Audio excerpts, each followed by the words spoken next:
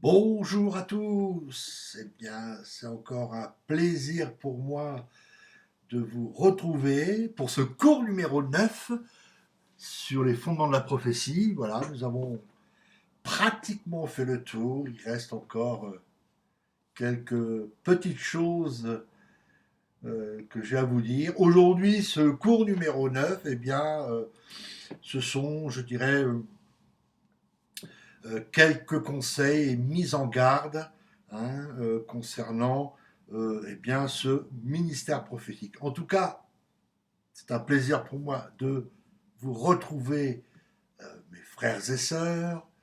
Je tiens encore à vous remercier pour votre soutien, pour vos prières. Merci aussi pour vos, euh, eh bien oui, vos paroles d'encouragement, vos paroles qui me font du bien. J'ai encore reçu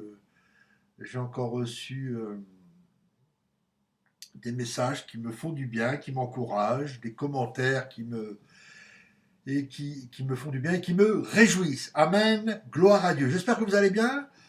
Eh bien voilà, nous entamons ce cours numéro 9. Et dans ce cours numéro 9, eh bien, je vais vous apporter quelques conseils et quelques mises en garde.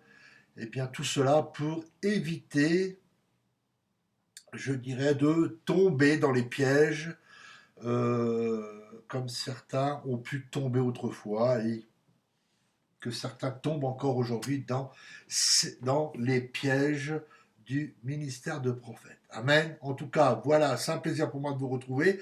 Sans plus attendre, nous allons commencer ce cours numéro 9. En tout cas, c'est un plaisir pour moi de vous partager. Alors, c'est vrai que jusqu'à maintenant, euh, nous avons euh, nous avons redécouvert un petit peu l'esprit de prophétie.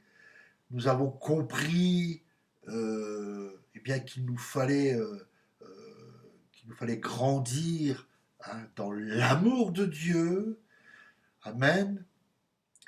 Et il existe plusieurs détails pratiques aussi qu'il est bon d'observer afin de, je dirais, de nous aider à naviguer sans dommage dans le ministère prophétique. Amen. Donc dans ce cours numéro 9, eh bien, j'aimerais vous communiquer plusieurs conseils pratiques. Des conseils pratiques, certains vont être accompagnés de quelques avertissements. C'est pour le but, le but de cela, c'est pour justement vous éviter eh bien, de tomber dans les pièges, de rencontrer certains problèmes. Hein. Donc c'est pour ça que c'est une aide. C'est pas quelque chose pour juger ou critiquer. Non, non, non. C'est des choses qui sont des choses pratiques, des choses qui vous, eh bien, vous éviteront de tomber dans des choses qui ne sont pas forcément à la gloire de Dieu. Ça m'a fait beaucoup de bien. Moi, je me souviens à l'époque quand je suis arrivé à ce neuvième cours, eh bien, je peux vous assurer, ça m'a fait beaucoup, beaucoup, beaucoup de bien. Et c'est ce qui m'a permis de tenir jusqu'à maintenant, ne pas tomber dans les erreurs, ne pas tomber dans les pièges et de reconnaître si c'est la voie de Dieu ou pas. Donc voilà, ce sont des petites choses que je vais vous communiquer, partager avec vous cet après-midi. Euh, parce que, bon, jusqu'à maintenant, il est vrai qu'au travers de tous ces cours, jusqu'à présent, nous avons vu qu'est-ce que la révélation, qu'est-ce que l'interprétation, nous avons vu la gestion du don prophétique, comment Dieu parle, enfin, etc. On a vu beaucoup de choses. Alors maintenant, aujourd'hui, eh bien, je désire, eh bien, équilibrer tous ces cours par certains conseils et de mise en garde. Et c'est pour vous aider eh bien, justement à rester dans le bon chemin. Amen. Amen. Alléluia. Gloire à Dieu. On a tendance des fois, ça arrive à tout le monde, de partir un peu un peu dans tous les azimuts, hein, et le Seigneur nous dit non, non, non, c'est pas la bonne direction. Donc voilà, c'est ce qui nous permet de. Et donc je vais me permettre de vous apporter ces choses pour justement aussi vous faire du bien. Alors, mon premier conseil, je rigole d'avance parce que c'est quelque chose d'important. Alors, le premier conseil, c'est de rester soi-même. Oui. Alors, pourquoi je dis ça? Il faut rester soi-même. Il faut il faut que vous compreniez qu'il existe dans tous les ministères, je dirais, un danger. Oui, il y a un danger, ce danger d'imiter quelqu'un qui est reconnu, quelqu'un qui est accepté, ou bien quelqu'un qui a une onction spéciale. On a tendance à vouloir l'imiter. Hein. Alors, eh bien, les personnes le font parce qu'elles éprouvent un sentiment d'insécurité, ou bien parce qu'elles, je dirais, ont expérimenté peut-être le rejet dans le passé. Alors, effectivement, il y a beaucoup de personnes qui, euh, qui ont ce don prophétique, hein, eh bien, malheureusement, ont tendance à imiter quelqu'un d'autre lorsqu'elles exercent leur ministère. Ça m'est déjà arrivé, on a tous rencontré un jour, n'est-ce pas, des personnes qui ont subi l'influence d'une personnalité dans le ministère, et puis qui se sont, je dirais, adopté, hein, les méthodes et le style de la personne. Alors croyez-moi, il faut savoir. Non, non, ça a l'air de rien comme ça, mais c'est important. Je rigole parce que je connais plein de gens qui se sont exercés à cela. Mais sachez que, eh bien, lorsque vous imitez, vous imitez quelqu'un d'autre, eh bien, sachez que les résultats, eh bien, sont rarement positifs. Alors, il est vrai que nous sommes tous plus ou moins, je dirais, influencés, hein, par ceux qui sont pour nous des modèles. Hein. Mais malgré tout, nous devons, et ça c'est important, eh bien, nous devons nous efforcer de ne copier personne. Donc, ne cherchez surtout pas à copier quelqu'un d'autre. Il faut être soi-même, il faut être juste. Vous savez, j'ai l'habitude de dire, il vaut mieux être un très bon soi-même qu'un médiocre quelqu'un d'autre. Non, c'est vrai. Hein, soyez très bon vous-même que d'être un médiocre quelqu'un d'autre. Le problème, c'est que si vous voulez, si vous commencez à imiter quelqu'un, les gens vont le voir. Ah oui, évidemment, les gens vont le voir.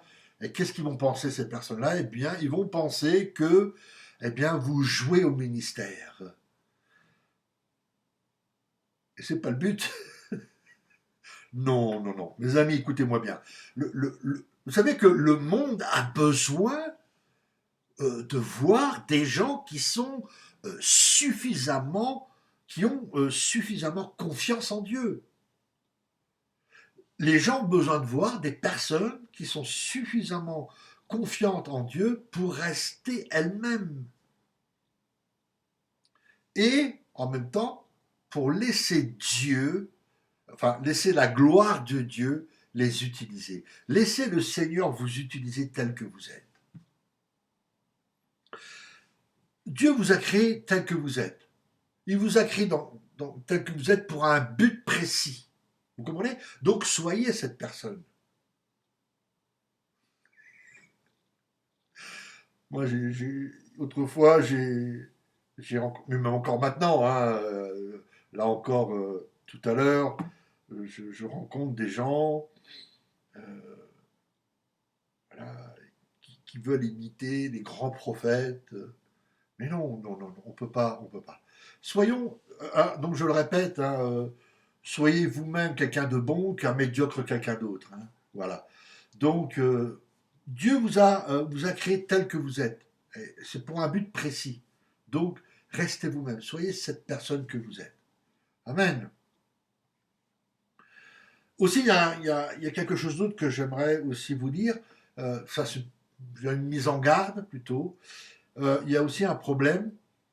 Il faut savoir que nous ne voyons qu'en partie les choses, nous ne les voyons qu'en partie. Et souvenez-vous que nous ne prophétisons qu'en partie aussi. D'accord? Hein, donc on va considérer une fois de plus, hein, ce que nous disent les Écritures. Hein, dans 1 Corinthiens, donc au chapitre 13 et au verset 9, hein, il nous est dit que nous connaissons en partie et que nous prophétisons en partie. Donc je dirais, il est impératif d'accepter le fait que nous puissions nous tromper. Ça, il faut l'accepter. L'accepter, ce fait que nous puissions nous tromper. Et que nous sommes rarement, je dirais, totalement justes. Aucun d'entre nous ne voit vraiment les choses dans leur globalité. Ce que nous apercevons, eh bien, c'est seulement, je dirais, une partie de ce tout. Donc, si nous acceptons d'être humbles d'esprit et de cœur, eh bien, nous pouvons alors éviter beaucoup, beaucoup d'erreurs et de malentendus. Amen. Soyons humbles, humbles d'esprit et de cœur. Et là, eh bien, nous pourrons alors éviter beaucoup de choses, beaucoup d'erreurs, beaucoup de malentendus, beaucoup de... Voilà. Alors, n'oublions pas, n'est-ce pas aussi, que même si nos révélations et nos interprétations se révèlent être justes, sachez que nous ne voyons qu'en partie. Même si la révélation que nous avons reçue, l'interprétation que nous avons faite est juste, nous ne voyons qu'en partie. Donc il nous faut réaliser qu'il y a, eh bien, je dirais toujours davantage à recevoir dans une situation précise que ce que nous voyons.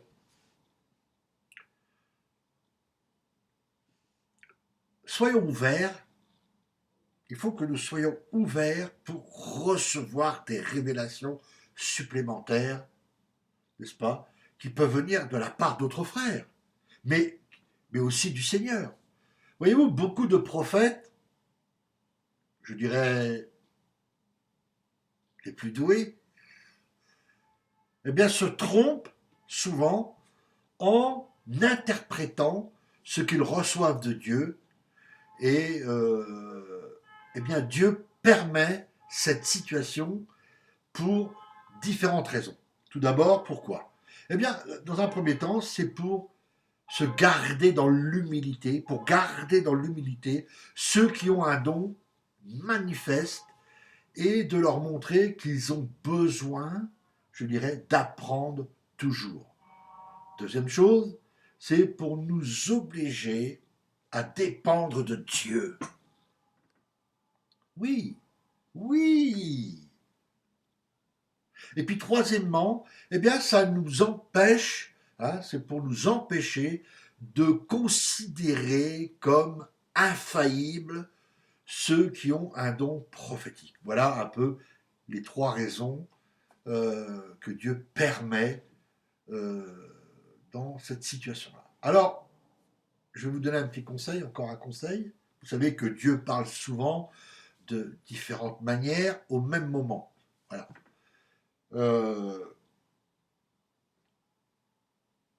Si vous prêtez attention,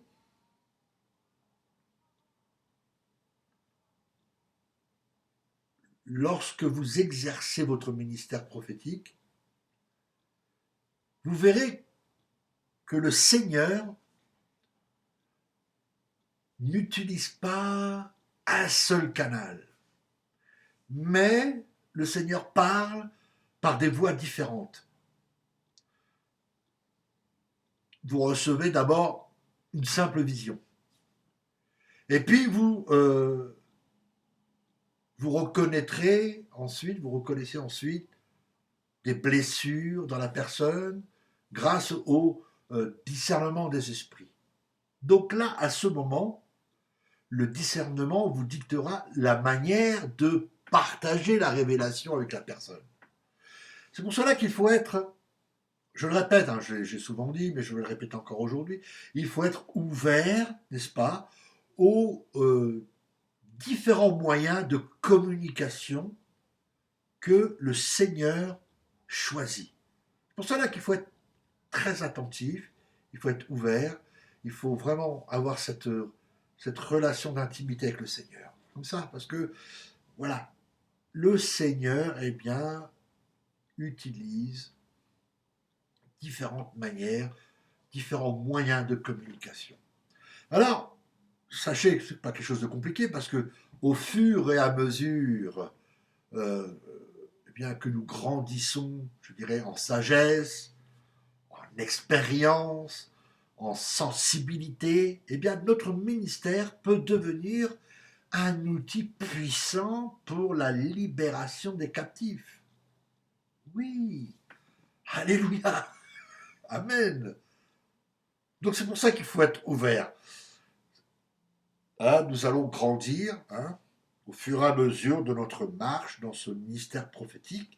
Eh bien, nous allons grandir en amour, en sagesse. Nous allons aussi grandir en expérience, en sensibilité. Eh bien, je peux vous dire que notre ministère, à ce moment-là, va devenir, eh bien, un outil puissant pour servir les autres, pour libérer les captifs. Amen. Alors, j'aimerais vous donner aussi un petit avertissement. Sachez que, alors, là aussi, c'est quelque chose d'important. Parce qu'on a souvent vu ça euh, dans les églises. Il faut savoir déjà, dans un premier temps, que la Bible nous le dit, hein, que l'esprit des prophètes est soumis aux prophètes. Alors, il faut savoir que, c'est là que il faut comprendre ce que je suis en train de dire. Il faut savoir que Dieu va rarement nous demander d'interrompre une réunion pour prophétiser. Voilà, la pierre est lancée. Non, parce que non, parce qu'il y a certains qui vont dire oui, mais le Saint-Esprit me pousse à parler. Et non, non, non, non, non, non. Voilà, on va continuer. Alors, il faut savoir que Dieu va rarement, je dis bien rarement, ça peut arriver, mais c'est très rare, que Dieu va nous demander d'interrompre une réunion pour prophétiser. Alors, j'entends certains déjà qui grincent des dents, les... Ah, ben non, mais moi j'obéis au Saint-Esprit, moi. Non, non, non, non. C'est ce qui se passe aujourd'hui.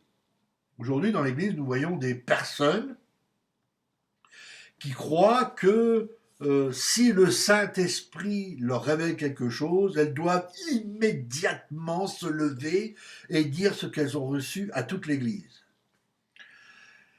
Eh oui. Alors, permettez-moi de vous dire quelque chose. Permettez-moi de vous dire que ce n'est pas généralement la meilleure solution. Non. Non. Dans 1 Corinthiens 14, verset 32, il est dit que notre esprit est sous notre contrôle. N'est-ce pas? Le Saint-Esprit ne va pas nous obliger à faire quelque chose sous la pression.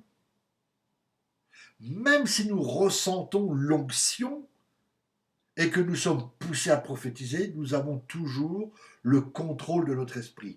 Dieu, il faut savoir que Dieu ne viole pas notre volonté pour nous obliger à faire des choses.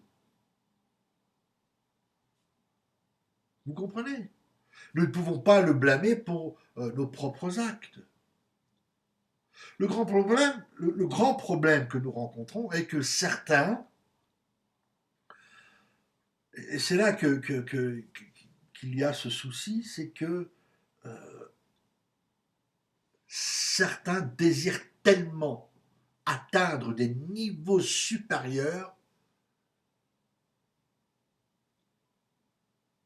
qu'ils provoquent des situations délicates. Je dis délicates pour ne pas dire catastrophiques. Oui.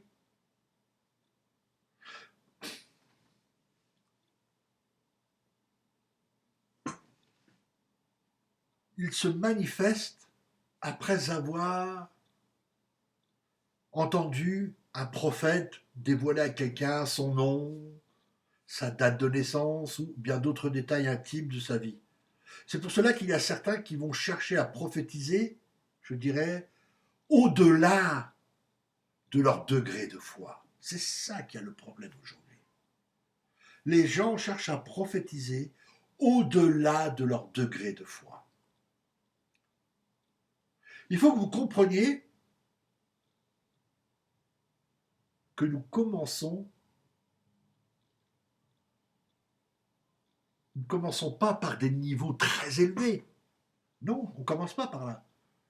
Mais nous progressons en clarté et en précision, je dirais, au fur et à mesure que notre confiance grandit et que notre expérience s'accroît. Vous comprenez? Regardez Jésus. Jésus a souvent parlé du royaume. Hein, et quand Jésus a parlé du royaume, il se servait d'exemples du monde, et principalement du monde agricole. De même, il nous faut reconnaître que de nombreux domaines de notre vie spirituelle vont progresser de l'état d'un simple brin d'herbe pour produire un épi bien formé. Mais je vous invite à lire l'évangile de Marc au chapitre 4 et donc à partir du verset 26 et 28. Voyez-vous, Jésus prend cette référence-là. Donc à partir d'un brin d'herbe, eh bien, on va produire un épi. Mais c'est comme si que vous disiez, je vais semer un grain de blé aujourd'hui et demain je vais le récolter. Non. Donc, mes amis, ne méprisons pas les petits commencements. Amen. Non, ne cherchons pas à commencer à être dans les niveaux très élevés. Nous commençons par le commencement. Amen. Ouais, je vois certains qui sont là, oh non, mais oui, oh non, mais... Non, soyez en paix avec ça. Mais non, soyez en paix. Donc, si nous ne devons pas mépriser les petits commencements, n'est-ce pas? Eh bien, nous devons aussi, je dirais, avoir faim et soif de recevoir les révélations, je dirais, de, de plus en plus nombreuses. Et en même temps, de plus en plus précises. Amen. Comprenez bien. Comprenez bien que Dieu va se révéler à nous selon la faim que nous avons. Et oui, c'est un peu l'histoire que je prends. Si tu as soif, tu vas à la fontaine, tu bois. Si tu n'as pas soif, tu passes à côté d'elle. Vous comprenez? Donc Dieu va se révéler à nous selon la fin que nous avons de lui. Si nous pensons pouvoir vivre sans une chose précise, eh bien, il est probable que nous allons y arriver. Donc, sortez de votre zone de confort. Sortez de votre zone de confort. Demandez à Dieu plus que ce qu'il vous a déjà donné. Surtout lorsque vous exercez votre ministère. Demandez-lui plus. Vous avez reçu une révélation. Oh Seigneur. Vous avez reçu une révélation. Alors demandez encore plus qu'une simple révélation. Et si Dieu le fait, n'est-ce pas, et que cette nouvelle révélation se révèle être plus précise, plus détaillée que la première, alors testez cette nouvelle révélation. Commencez par communiquer. Comment je pourrais vous expliquer? Vous recevez une première révélation. Ensuite, vous dites, Seigneur, non, moi je veux beaucoup plus que ça. Je veux une révélation précise, nette. Voilà. Donc, le Seigneur va vous la donner. Maintenant, testez cette nouvelle révélation. Testez-la dans votre tête. Ok, voilà, je vois les choses. Ok. Et ensuite, si vous êtes sûr de cette révélation-là, commencez par communiquer cette révélation dont vous êtes sûr. Ensuite, informez la personne que vous n'êtes pas aussi sûr pour la deuxième. Alors, ce qu'il faut faire dans ce cas-là, demandez-lui, par exemple, si cette affirmation est juste. Si la réponse est positive, donc il faut savoir qu'elle a été formulée sous la forme d'une... Comment dirais-je? Il faut...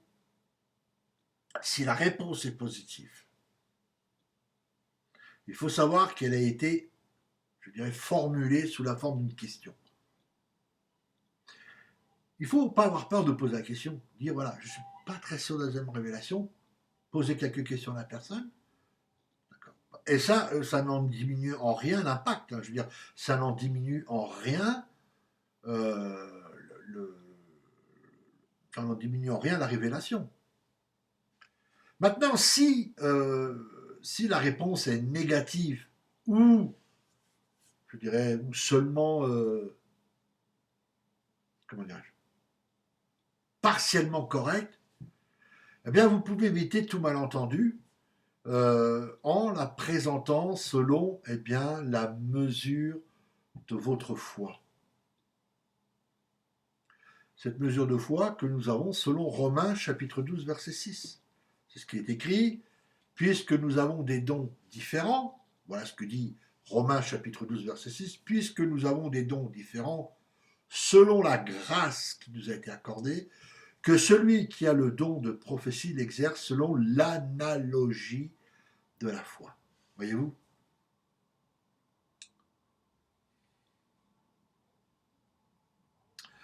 Alors il y a un grand danger qui existe, et ça nous le voyons dans beaucoup d'églises.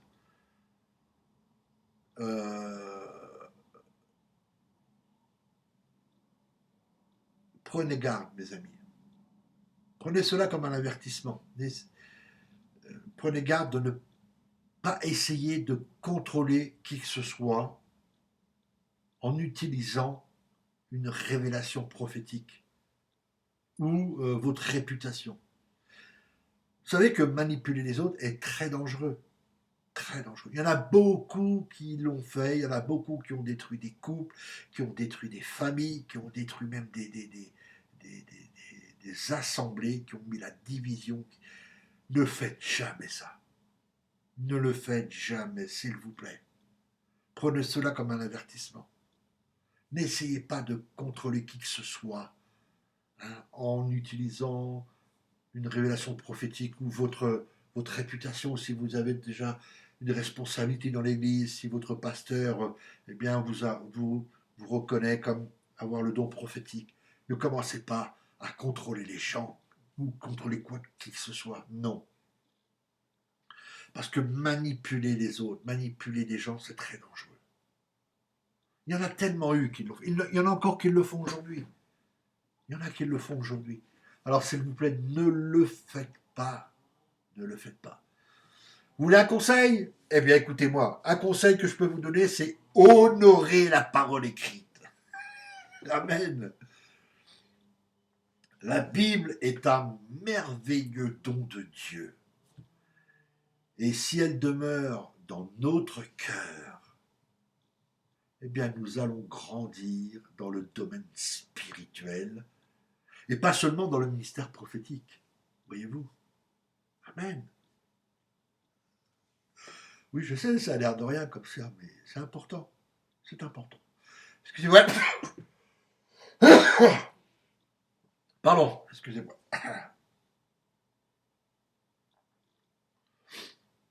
Honorer la parole écrite. Parce que là, c'est ce que je vous dis, hein, la Bible, c'est quelque chose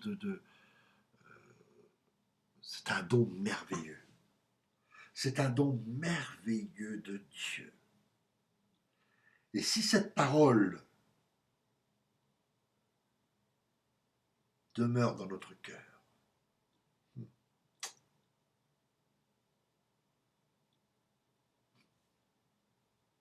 nous allons grandir.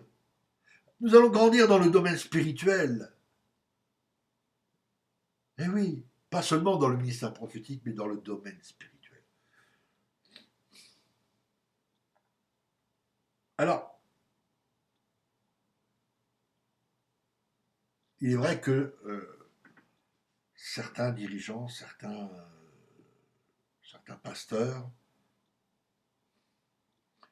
demandent généralement à ceux qui prophétisent d'appuyer ou de justifier ce qu'ils prophétisent par des passages de la Bible. Alors, s'ils reçoivent comment dirais-je, s'ils reçoivent une vision qui ne correspond à aucun symbole biblique, eh bien, ils sont en mesure de demander que vous présentiez un passage des Écritures qui appuie et qui confirme ce que vous avez reçu.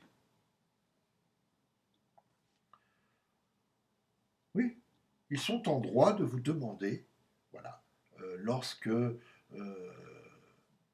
prophétisez, lorsqu'il y a une prophétie, le dirigeant, le responsable, eh bien, peut vous demander d'appuyer ou de justifier ce que vous avez reçu eh bien, par des passages de la Bible, n'est-ce pas? Ou bien si vous recevez une vision qui ne correspond pas, qui correspond à aucun symbole biblique, parce qu'il se peut que nous puissions recevoir des visions qui n'ont pas de symbole biblique, eh bien, les pasteurs, les dirigeants peuvent vous demander, eh bien, que par rapport à ce que vous avez reçu, eh bien, peuvent vous demander de chercher un passage des Écritures qui va appuyer et qui va confirmer ce que vous avez reçu. Et dites-vous bien que c'est quelque chose, c'est une discipline qui est très, très, très enrichissante pour tous, aussi bien pour le ministère prophétique que pour le ministère pastoral. Oui, ne le prenez pas mal. Ne commencez pas à rejeter le pasteur, ne commencez pas à lui dire oui, mais tu ne crois pas ce que je suis en train de te dire. Parce que il y en a beaucoup qui sont comme ça. Déjà, ils prophétisent. Alors, je vais vous donner un exemple. Euh, on est en pleine louange ou en plein comment dirais-je, en plein message, et il y a une personne qui va couper la réunion en prophétisant. Bien, et souvent, il y a des pasteurs qui vont dire, qui disent, bah, écoute, j'entends ce que tu dis, voilà, est-ce que tu peux appuyer par des versets bibliques. Ah, tu crois pas que le Seigneur me parle, gna, gna, gna, gna, gna, gna, et puis patati, et puis les gens s'emballent, s'enflamment, ça commence à crier, ça, et vous ne croyez pas, et ben non, non, ça c'est pas l'esprit de la prophétie. Non. Le pasteur, le responsable de l'assemblée peut très bien vous dire, j'ai entendu, maintenant, est-ce que nous pouvons voir ensemble, au travers des Écritures, prendre des exemples, euh, des exemples dans des passages des Écritures qui vont appuyer et qui vont confirmer ce que tu as reçu. Et ça, c'est quelque chose que vous pouvez le faire. Et c'est très, très, très enrichissant pour tous, aussi bien pour le prophète que pour le pasteur, mais aussi pour toute l'Église. C'est important.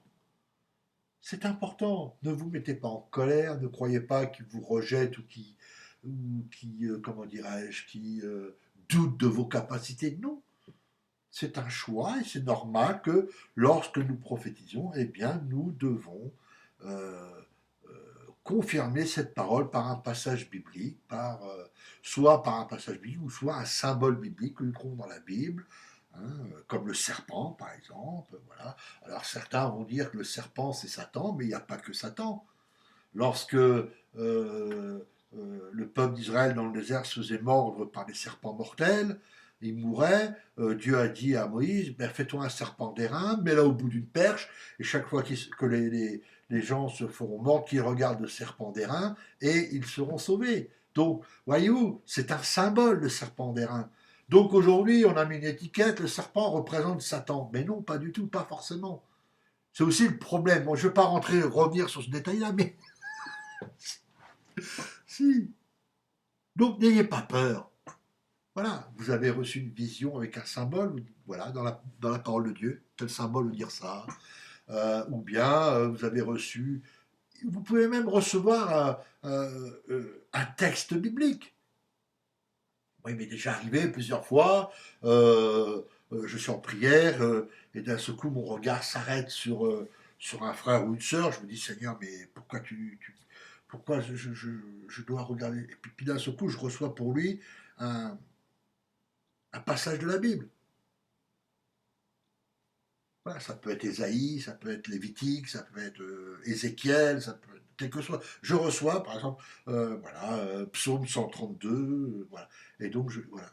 Et lorsque je vais parler à la personne, eh bien, voilà, elle est. Donc, c'est enrichissant. Ne le prenez pas mal, ne le prenez pas mal parce que c'est important. Et puis, on a besoin de savoir aussi. On a besoin de savoir. On ne peut pas balancer une parole comme ça et puis la laisser. Non. Non. Alors, une chose qui est très importante aussi, c'est, donc là on reste encore aussi, écoutez votre pasteur. Ça aussi, c'est quelque chose que j'ai remarqué, les gens ne sont pas du tout à l'écoute de leur pasteur. Écoutez votre pasteur. Vous savez que,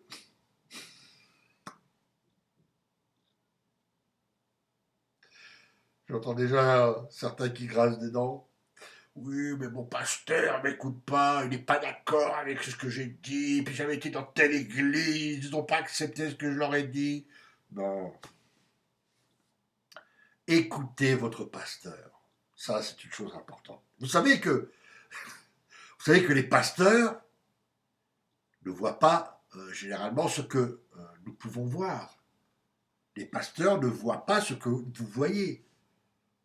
Et s'ils le pouvaient, ils ne seraient pas pasteurs, mais ça seraient des prophètes. Donc Dieu les a choisis pour être des pasteurs, n'est-ce pas? Dieu les a établis comme pasteurs, mais Dieu nous a choisis aussi pour les aider. Nous sommes là pour aider les pasteurs. Mais Jésus, mais Dieu nous a donné aussi les pasteurs pour qu'ils nous aident. Vous comprenez? Donc, ils pourront nous aider si nous demeurons à l'écoute du Seigneur. Vous comprenez? Les pasteurs généralement ne voient pas ce que les prophètes voient. N'est-ce pas?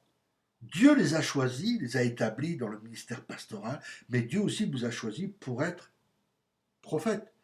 Donc, Dieu nous a choisis pour aider les pasteurs, mais il les a aussi créés pour que les pasteurs nous aident.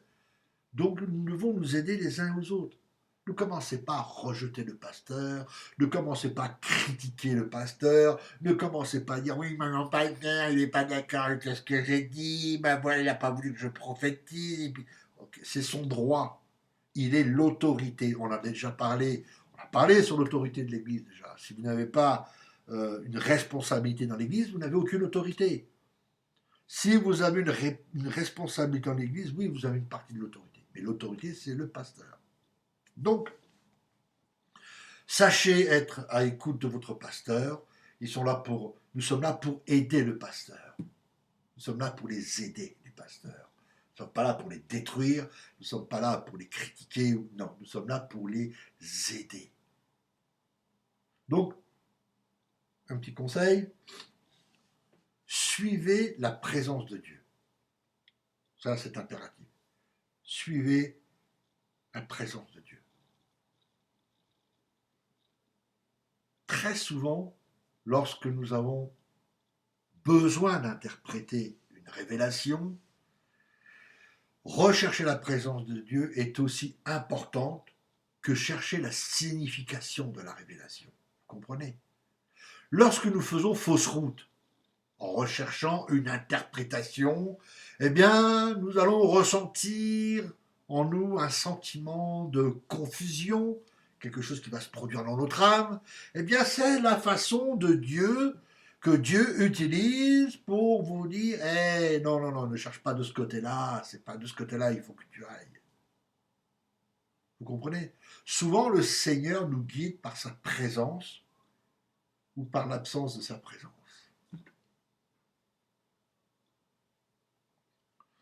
Donc soyez attentifs à tout cela. Soyez attentifs. Commencez pas à partir dans tous les azimuts et faire n'importe quoi. Non. Non. Mais non.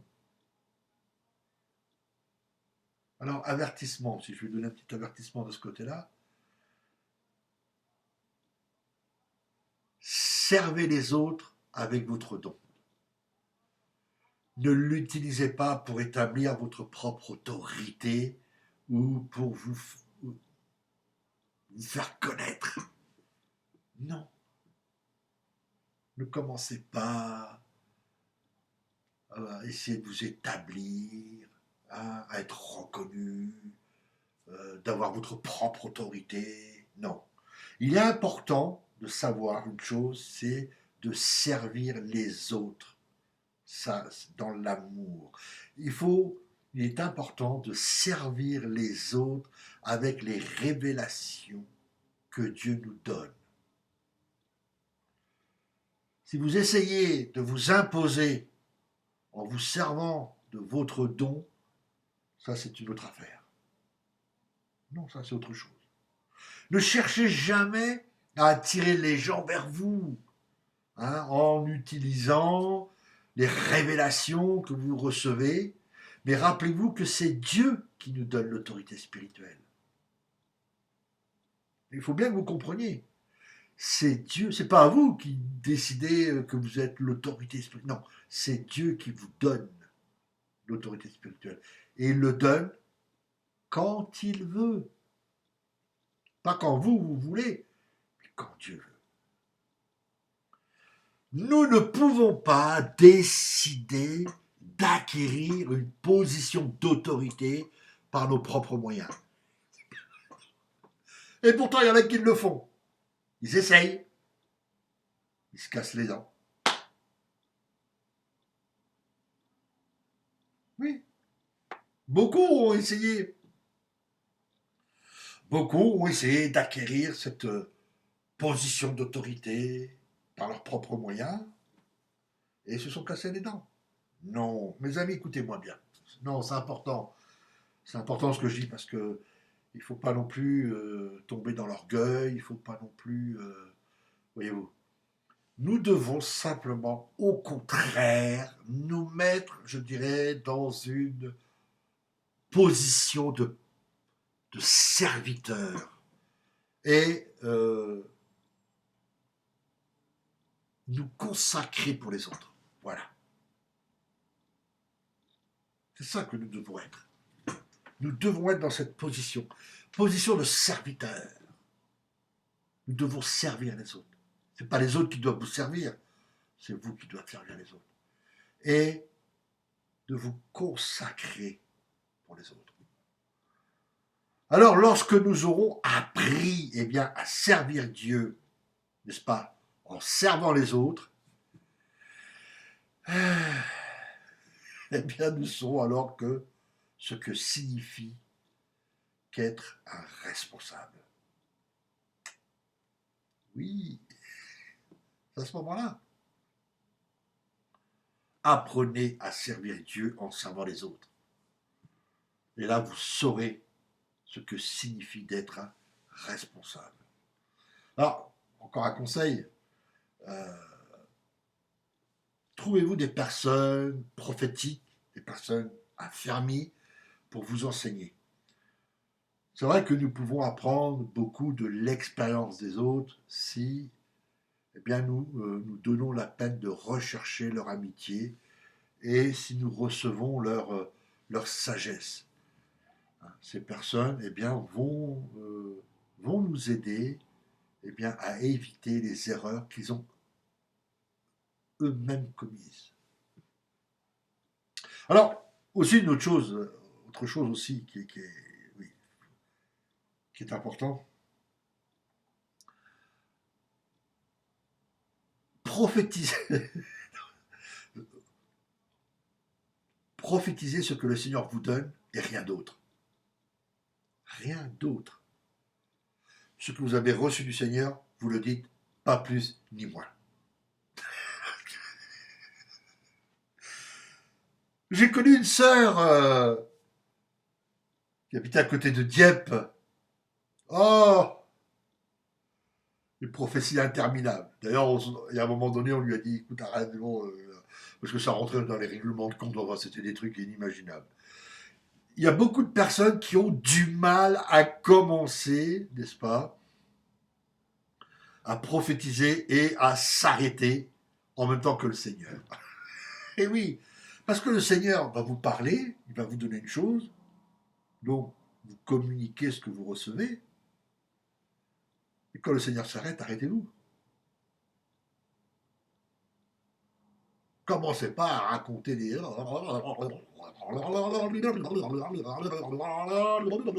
Moi, j'ai connu une sœur qui était comme ça. Elle commençait à vous dire une parole prophétique, et après, ça partait dans tous les sens. Et à la fin, on arrivait qu'elle elle réglait ses comptes avec je sais pas qui. Enfin bref, c'était des histoires incroyables. Non, ça c'est... Voilà. Non. Donc, il faut prophétiser ce que le Seigneur nous donne et rien d'autre. Il faut savoir s'arrêter en même temps que le Seigneur. Lorsque le Seigneur vous montre quelque chose pour quelqu'un, communiquez ce que vous avez reçu à la personne concernée. C'est tout. Lorsque la révélation s'arrête, alors arrêtez-vous aussi. Arrêtez-vous aussi, ne commencez pas à ramener encore, à rapporter des choses. Non, lorsque cette révélation se termine, s'arrête, stop, vous arrêtez. Souvenez-vous ce que dit le Proverbe 10. Dans Proverbe 10, au verset 19, il dit « Celui qui parle beaucoup ne manque pas de péché, mais celui qui retient ses lèvres est un homme prudent. » Méditez ça, Proverbe 10, 19. Donc, donnez des paroles prophétiques claires, précises, rien de plus. C'est pas la peine d'aller plus loin. Donnez des paroles prophétiques claires, nettes, précises, rien de plus. Alors, un petit conseil aussi. Lorsque vous prophétisez,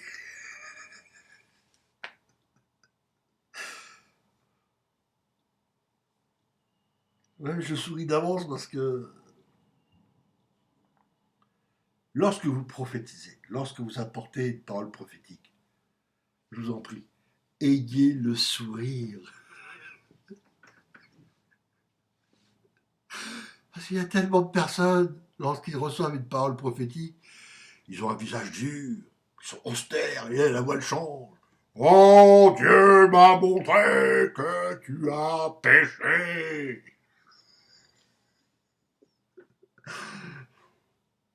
Dieu m'a montré que tu es malade. Oh, homme de peu de foi. Non. N'ayez pas un visage dur, n'ayez pas un visage austère, ne changez pas votre voix pour essayer de paraître, je sais pas. Vous n'êtes pas un ténor du baron, vous n'êtes pas, j'en sais rien. Non, ayez le sourire. Vous savez, les gens sont souvent plus attentifs à l'aspect de notre visage qu'aux paroles que nous disons. Vous savez que l'expression de notre visage peut parfaitement effrayer les gens, tandis que nous essayons de les encourager par nos paroles. Vous comprenez? Donc n'ayez pas un visage dur, n'ayez pas un visage austère, n'ayez pas cette voix. Non, soyez vous-même. Apprenez,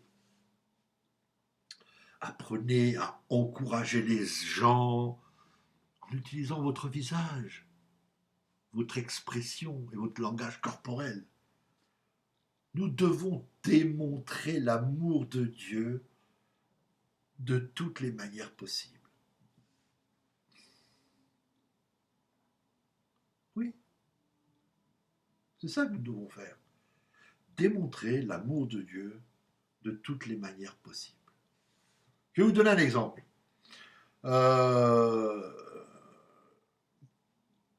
Je parle pour moi. Hein.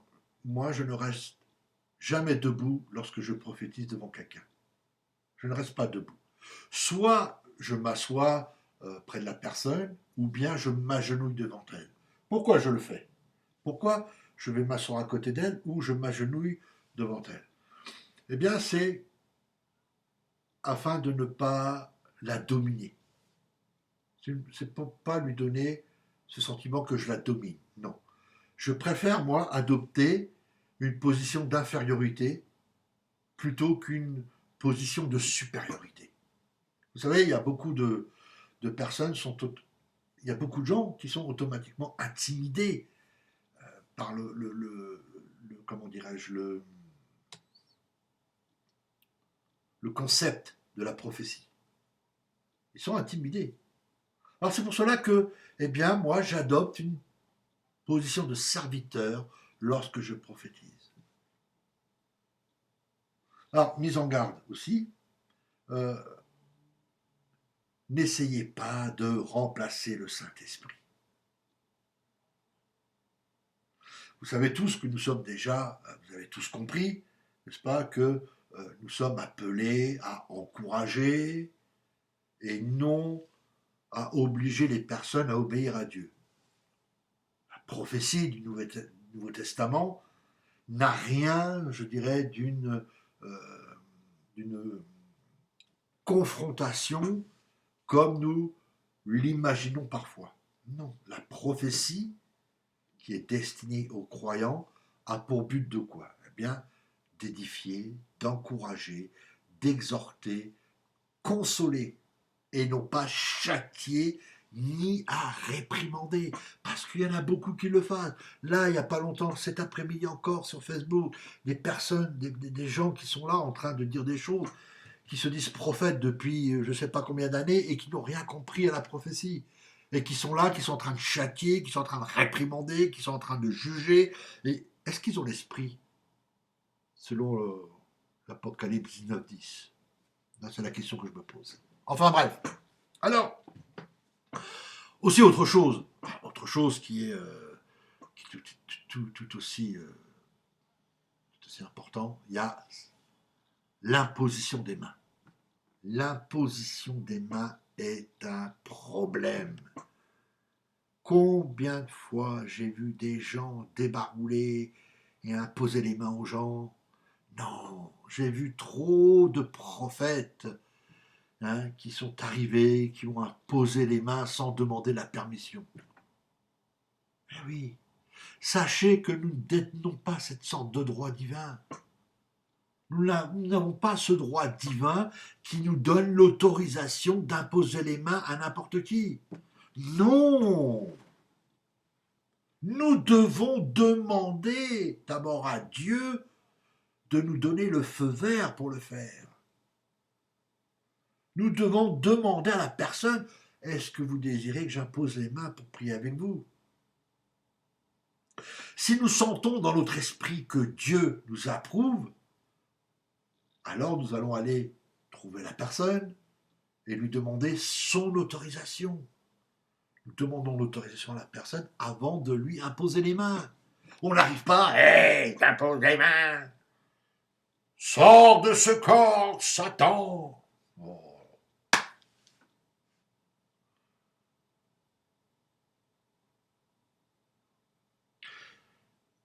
Vous devez comprendre ce principe. C'est un principe important, élémentaire, fondamental. Le fait de recevoir une parole prophétique pour quelqu'un ne vous permet nullement de violer sa souveraineté personnelle. Les gens ont le droit de déterminer qui et quand quelqu'un va leur imposer les mains.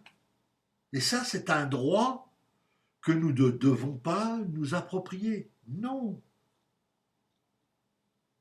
Nous ne pouvons pas se présenter devant la personne, je vais imposer, je pose mes mains, je pose ma main. Non, non, non, non, non, non, non, non. Les gens ont ce droit. Ils ont le droit de dire oui ou non. C'est eux qui déterminent qui et quand quelqu'un va leur imposer les mains. Ce droit-là, c'est un droit que nous n'avons même pas à nous approprier. Une autre mise en garde aussi. Alors là aussi, je vais parler pour certains, et j'espère qu'ils vont écouter, et j'espère que ça leur fera du bien. Soyez guéris. Lorsque vous prophétisez, il faut que votre âme et votre cœur soient guéris. Car votre discernement pourra en réalité cacher de la peur et de la suspicion. Il faut impérativement nous débarrasser des blessures du passé, des rejets, de toute la frustration. Il faut nous débarrasser de cela. Si nous restons blessés, notre âme va réagir. Et qu'est-ce qui va se produire? Eh bien, nous allons mal interpréter ce que nous recevons de Dieu. J'ai souvent remarqué que beaucoup de personnes reçoivent des paroles négatives pour les responsables de leur Église. Pourquoi? Eh bien, à cause d'anciennes blessures qui ont été causées par d'autres responsables dans leur passé. Non. Souvenez-vous ce que dit Jacques. Jacques, au chapitre 3, verset 17, il dit « La sagesse d'en haut est premièrement quoi? Pure. Ensuite pacifique, modérée, conciliante, pleine de miséricorde et de bons fruits. Elle est exempte de duplicité et d'hypocrisie. » Donc si notre âme est blessée, eh bien notre discernement est suspect.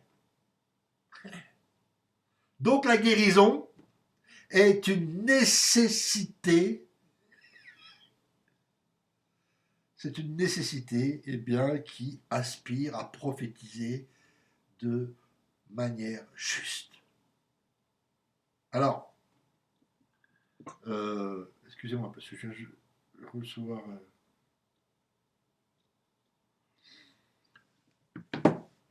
Un conseil aussi que je tiens à vous donner.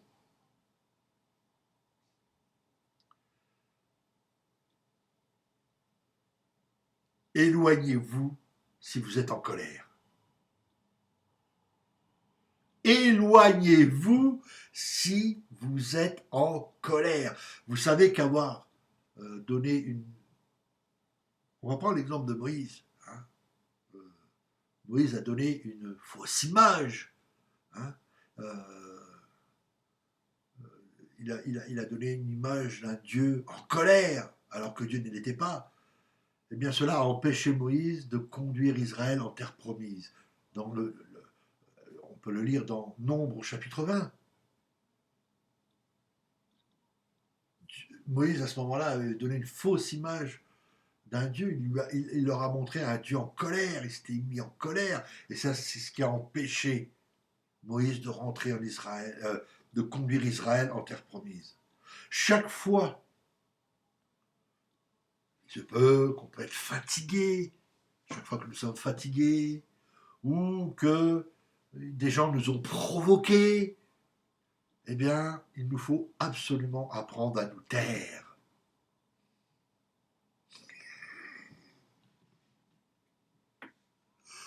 Oui, regardez Moïse. Moïse a été irrité dans son esprit. Et qu'est-ce qu'il a fait? Eh bien, il a laissé parler sa colère. Le psaume 106. Prenez le psaume 106 et au verset 33. Donc, voyez-vous, lorsque nous nous sentons irrités, frustrés, fatigués, eh bien, il vaut mieux nous excuser, hein, parce que si nous prophétisons, je dirais, sous le coup de la colère, eh bien, nous allons avoir tendance à maudire plutôt qu'à bénir. C'est ce qui se passe. Et là, nous allons attirer quoi? Un jugement sur nous-mêmes. Oui, mais oui, mes frères et sœurs, oui. Je connais les sœurs qui sont à Marseille, qui ont été dans toutes les églises, qui ont commencé à prophétiser, qui se sont mis en colère, qui ont été très odieux. Qu'est-ce qu'ils se sont devenus? Ils ont commencé à maudire les autres, au lieu de les bénir. Alors, je vais vous donner un petit avertissement aussi. Évitez les prophètes qui condamnent. Eh oui, on en est là. Évitez les prophéties qui condamnent. Évitez cela. Vous savez, il se peut qu'une révélation prophétique prenne la forme d'une vision, d'un rêve où nous voyons quelqu'un qui tombe dans le péché. Alors, sachez que ce type de révélation semble contredire l'idée qu'une révélation a pour but d'édifier, d'encourager et de consoler. On a l'impression que ça contredit la parole de Dieu. Mais non, il n'en est rien. Il faut réaliser que dans la majorité des cas, le Seigneur nous révèle en fait les plans de l'ennemi et non ce qui se passe effectivement. Ce que nous voyons, c'est le plan de l'ennemi et non celui de Dieu, ni même probablement de la personne concernée. Et est-ce que vous pouvez imaginer à un moment donné que cette personne caresse l'esprit de marcher dans le péché? Je ne pense pas. Donc il faut comprendre que l'ennemi, plutôt, est en train de lui préparer un piège pour faire tomber cette personne-là. Voyez-vous? Il faut savoir aussi être à l'écoute, il faut savoir discerner. C'est pas parce que vous voyez quelqu'un qui va pécher que forcément c'est le plan de Dieu. Non. Le Seigneur permet de nous montrer les plans de l'ennemi. L'ennemi est en train de préparer un piège pour que la personne tombe dans ce piège. Dans sa première lettre aux Corinthiens, l'apôtre Paul déclare que l'amour espère tout et supporte tout. Eh bien, dans tout ministère, il nous faut nous baser sur le fait que les gens désirent aller vers le bien. C'est ça. La plupart des chrétiens essaient de servir Dieu, n'est-ce pas, et de mener une vie droite de toute leur force. Alors ne courons pas, n'est-ce pas, ne courons pas le risque de les blesser, de blesser les gens, si nous partons de l'idée, je dirais, que leurs intentions sont mauvaises et que nous les accusons. Non, il faut être très très prudent.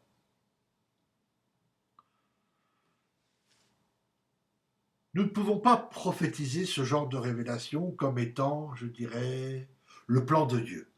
En fait, le Seigneur nous révèle le plan de l'ennemi pour que nous puissions le rendre inopérant, et non pas pour qu'il s'accomplisse.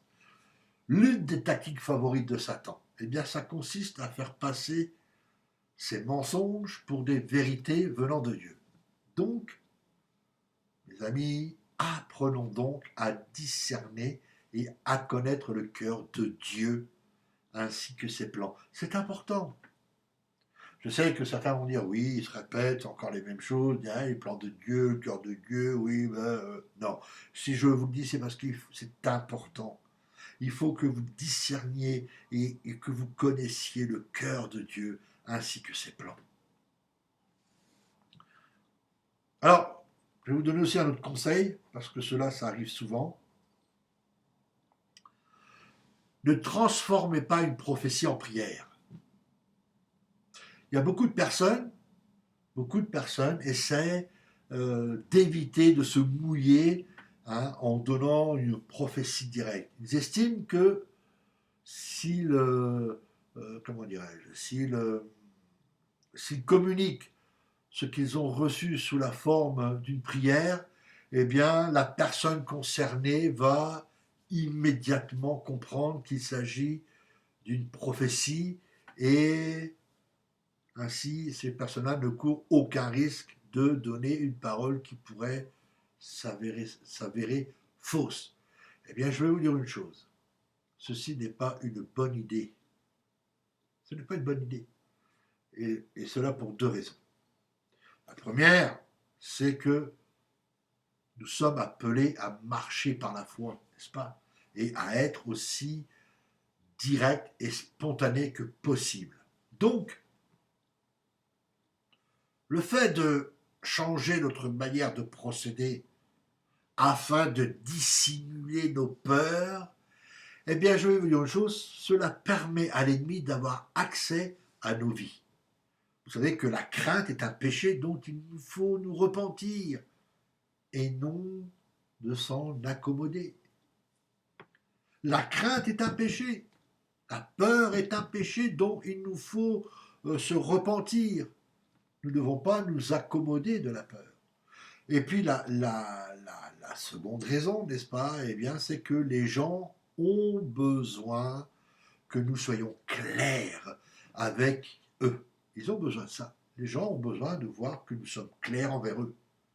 Nous ne pouvons pas les laisser se demander si nous leur avons donné une prophétie ou pas. Ils doivent pouvoir juger une prophétie. Et pour ce faire, eh bien, il faut qu'ils sachent, quand nous leur parlons prophétiquement, et quand nous prions pour eux. Vous voyez la différence? Il faut qu'ils le sachent, qu'ils puissent voir. Amen. Voilà. Pour conclure, je dirais simplement, je ne peux que conseiller, vous, toutes les personnes prophétiques, eh bien, je vous conseille de lire 1 Corinthiens 13 tous les jours jusqu'à la fin de votre vie. C'est en marchant dans l'amour que nous éviterons eh bien, la plupart des fautes qui sont généralement commises par des personnes immatures.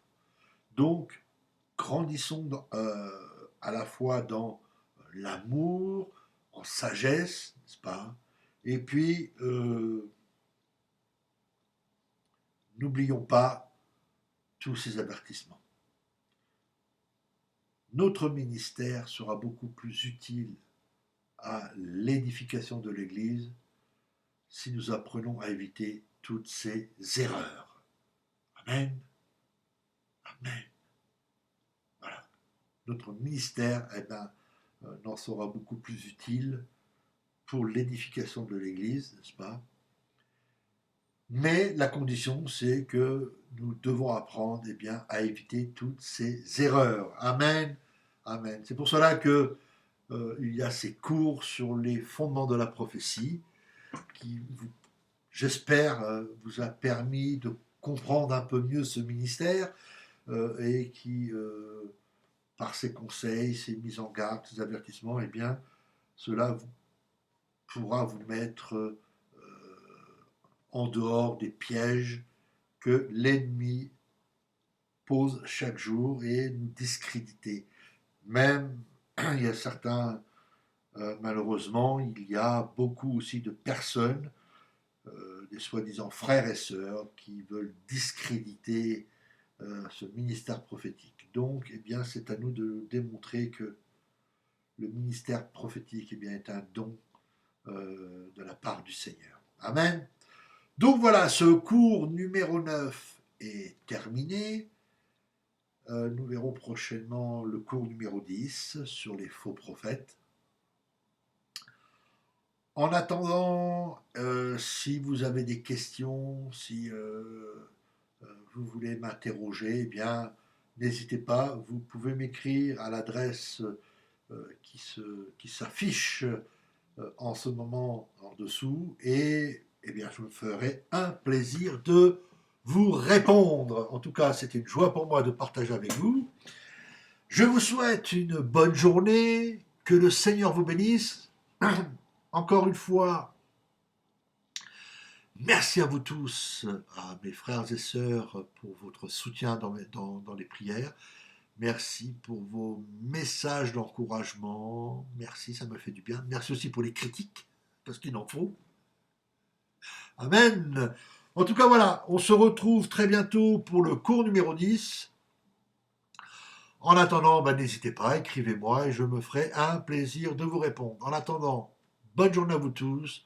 Je vous aime de l'amour du Seigneur et je vous dis à très bientôt. Bye bye.